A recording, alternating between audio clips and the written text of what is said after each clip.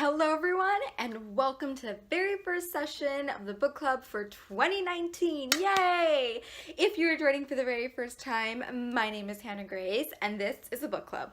Now, before I begin today's session, I do want to talk about a movie that I saw recently, and that is the Bumblebee movie that stars Haley Steinfeld, who plays a young 18-year-old woman who gets thrown into the world of the Autobots and Decepticons in the late 80s.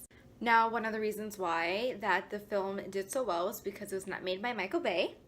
The film had a 93% on Rotten Tomatoes, the highest rated Transformers film out of all of them. And what I really liked about the main character, Charlie, was that she was not overly sexualized, that we have often seen with Michael Bay's female characters. She was a young girl who is still reeling from a very devastating loss, and together her and Bumblebee find their strength, and she becomes this badass girl who saves the world. I also felt that this was a film that made me have an emotional connection to the Autobots. In the last 5 other films, I didn't really care about the Autobots so much. I just didn't really feel like seeing Knight's cars getting blown up. But the fact that in this Bumblebee film they actually showed us what was happening on Cybertron made me as a viewer have more of a connection and understand how dire the Autobot situation was. Also, I felt like Bumblebee had such a better personality in this film, and that the connection that him and Charlie had was so much better than the connection that Sam and Bumblebee had. I felt that at certain times Sam was just far too aggressive with Bumblebee, and it just had like this really weird, awkward relationship. Also, at times I felt that Sam was far too reluctant to help the Autobots, whereas Charlie understood how tense and dire the situation was, and she certainly did not shy away from trying to help Bumblebee. I highly recommend you go see this movie because it was really, really awesome, and I think that this is the Transformers movie that everybody really deserves, and not the metal clinking beeping sounds of the last 5.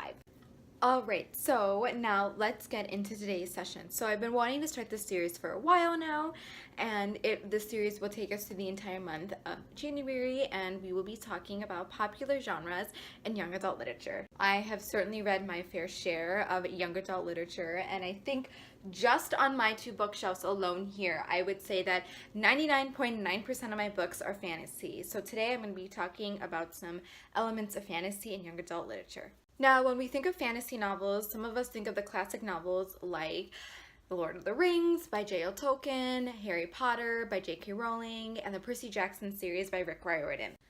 Now, the reason why I love fantasy so much is not only do I get to escape my boring world, but it also helps me open up my imagination and develop my thinking skills as well.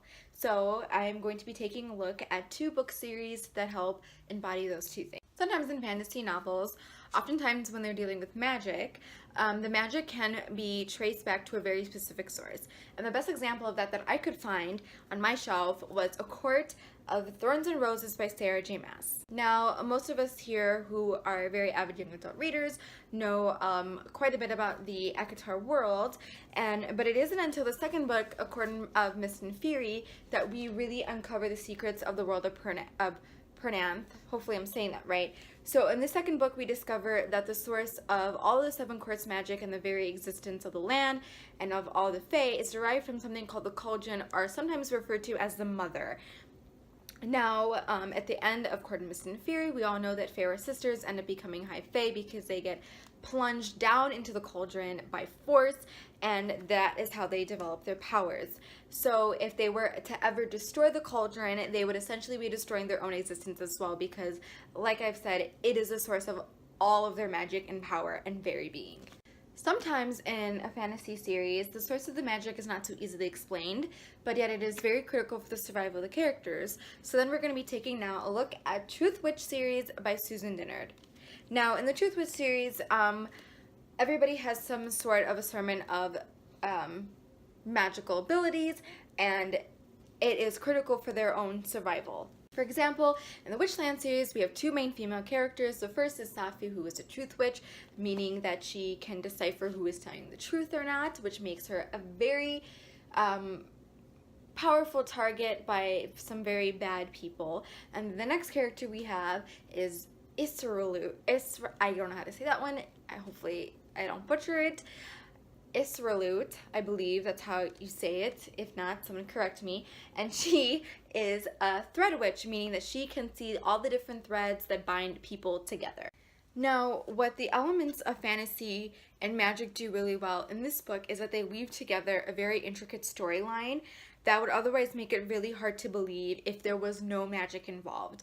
Also, when two characters interact with each other, their survival is dependent on each other's magical abilities. Like I've mentioned before, fantasy novels open up our imagination.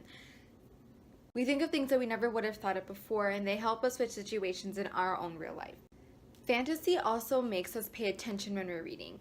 Sometimes if we read too quickly, we might miss hidden meanings, or sometimes if we're not thinking clearly, we might miss hidden understandings of different messages that the author is trying to tell us through their fantasy novels. I believe that fantasy is probably one of the most popular genres in young adult literature. It is so hard to not be in the world of young adult literature without picking up some sort of fantasy novel.